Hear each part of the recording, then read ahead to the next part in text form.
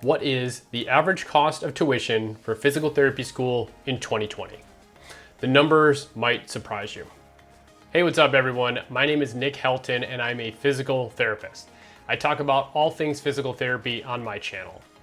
Today's video is no different. I made a video last week discussing my net worth as a PT and whether or not I think becoming a physical therapist in 2020 is worth it. While researching information for that video, I tried finding a list of all the CAPTE accredited physical therapy schools in the US and their costs. But apparently that's not a thing. Well, at least until today. So far, I've analyzed over 130 PT programs that are currently accredited. And I plan to analyze every accredited program in the United States if you guys are interested in that kind of thing. I'm genuinely curious. Would you actually care about something like that? Drop me a like and leave me a comment if that's something you actually want to see for the rest of the list, and I'll sit back down at my computer and get to work on the rest of the list. Now, let's dive into the actual details. Please note that when performing my calculations, I did not factor in the fees that each individual university has. This was mostly a decision based on time and difficulty finding every single fee.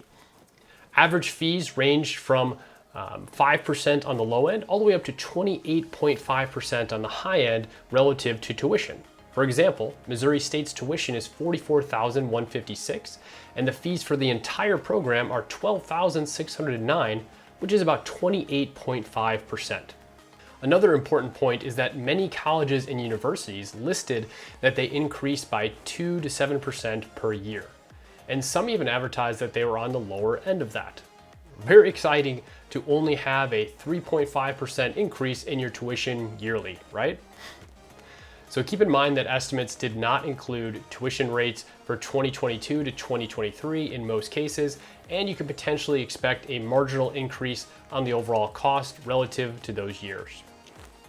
Now, many PT school websites were honestly quite terrible to navigate. Some didn't even have curriculums listed. I'm looking at you, Cal State. Some only had annual costs listed, some listed semester costs, some listed trimester costs, some combined fall and spring semester costs, some listed per credit hour, and some even listed a total cost for the entire PT school, which I genuinely appreciated. I often found it more effective to Google school name and tuition than to search some of the colleges' websites to find their actual tuition information. A quick note to any PT school out there that hears this, please add "how much is tuition" to your frequently asked questions section.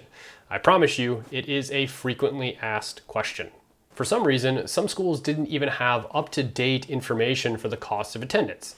I'm looking at you, Mercer University. But on the bright side, at least we can all know how much students paid for tuition 2 years ago. And a note about resident versus non-resident tuition. Many schools have neighboring state residency agreements, which reduces the cost compared to a strict out-of-state tuition. It is only slightly more expensive, in some cases anyway, than being a resident of that individual state. And finally, I encourage you to fact check me. I would wager that I probably inputted a number incorrectly on a spreadsheet of this size. I promise if I screwed something up, it was unintentional. If you find an error, by all means, please let me know with a comment below. Since you've made it this far, here are the actual numbers. I pulled the information for 50% of the CAPTE accredited physical therapy schools in the US.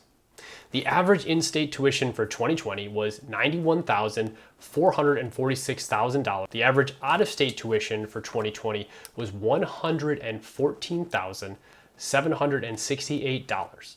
And again, remember that number is for the total cost of attending physical therapy school. The lowest in-state tuition so far was Georgia Southern at $29,862 total.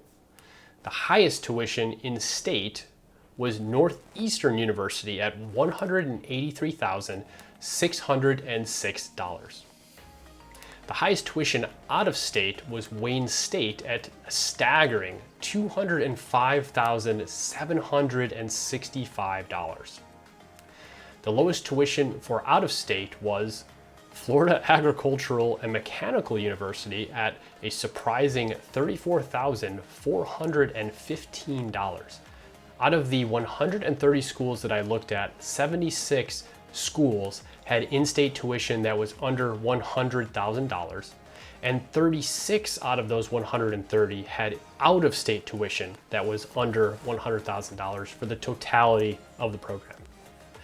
Keep in mind that this is only about 50% of the CAPTE approved physical therapy programs in the United States that I've gathered data on. So, what are the key things that we can take away from all this so far? First and foremost, and most obvious, staying in state typically affords you the most cost-effective opportunity for going to PT school. That is obviously not an option for everyone. Many schools have reduced tuition for neighboring states, so don't neglect that option. Another really important point is how an individual college accepts residency. Some states, like North Dakota, are relatively simple to gain residency, honestly as simple as going in and getting your picture taken. Gaining in-state residency can substantially reduce your net cost of attendance. I found a website that lists some ideas for each state, which I've linked below, but ultimately you'll have to do some individual research to know your state and the rules within. Looking at all these numbers has been very interesting to say the least. I had $94,000 in student loans from undergrad and grad school combined when I graduated back in 2012. And there are actually numerous PT schools out there that cost less now than when I graduated over 8 years ago. When you consider dollar inflation and yearly tuition raises of 2 to 7%, that's actually a surprising number. The vast majority of schools cost more undoubtedly, with some graduate schools alone costing more than double what it cost me to go to undergrad and grad school combined back in 2012. I'm looking at you, Wayne State. But the reality is, some students' only option is attending one of these ridiculously expensive PT schools. So what would I do? Since you asked, I would prioritize in-state tuition, then neighboring state tuition discounts. After that, out of state where you can gain some form of residency, or out of state where you can get some kind of scholarship or aid. After that, I would prioritize out of state low overall cost tuition.